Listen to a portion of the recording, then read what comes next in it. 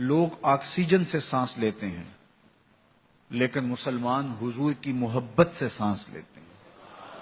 ان کا جینا مرنا حضور کے نام سے ہے. محبوب کریم صلی اللہ علیہ وسلم کی آبرو، حضور کی عزت، حضور کی ناموس کائنات کا سب سے قیمتی اثاثہ اور سب سے قیمتی سرمایہ ہے. گزشتہ کئی صدیوں سے مغرب باقاعدہ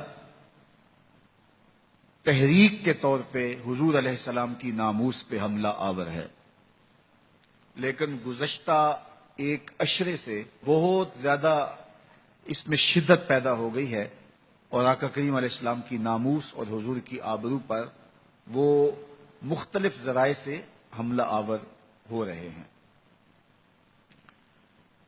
یہ ایسا کیوں ہے؟ اس کا سبب مسلمانوں کی کمزوری، باہمی انتشار فرقہ واریت، بد عملی، جہاد گریزی اور مسلم حکمرانوں کا فرنگی روحوں کے سانچے میں ڈھل جانا اور ان سے غیرت، حمیت کا ختم ہو جانا ہے.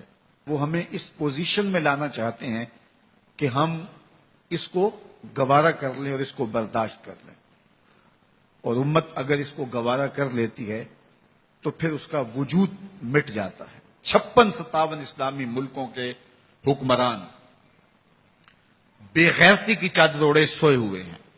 اس کمزور حالت میں بھی اگر یہ کھڑے ہو جاتے ہیں تو ہالینڈ کو جرأت نہیں ہو سکتی کہ وہ کوئی خاکہ تراش لے. لیکن بدبختی یہ ہے کہ 56-57 اسلامی ملک، 2.25 ارب آبادی کے حکمران، یہ ایک چھوٹی طاقت نہیں ہے، بہت بڑی طاقت ہے. لیکن اس کے باوجود یہ خواب خرگوش کے مزے لے رہے ہیں اور اتنا بڑا حادثہ ہونے جا رہا ہے اور یہ خاموشی کی چادر اوڑے ہوئے. اب یہ کیسے جاگیں گے؟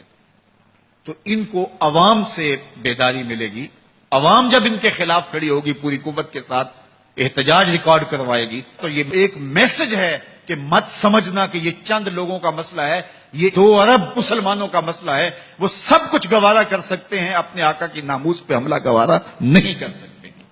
اور تمام طبقات آگے بڑھیں تو اس سے میسج اچھا جائے گا، اس سے جو ہے وہ پیغام اچھا جائے گا. نبی رحمت پر جس نوعیت کے اعتراضات ہوں اسی نوعیت کے جوابات دیجئے. اسی طرح دشمن جس میدان کو اختیار کرے اس میدان میں جواب دینا چاہیے. جو چیز تسلسل کے ساتھ ہوتی ہے انسان اس کا عادی ہو جاتا ہے.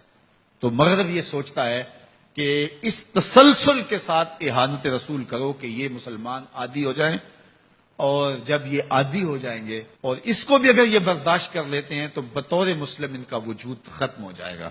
لہٰذا یہ بار بار اس لیے کر رہے ہیں. لیکن مغرب اچھی طرح سن لے کہ ہم ہر دکھ جھیل لیتے ہیں، ہم ہر تکلیف گوارا کر لیتے ہیں.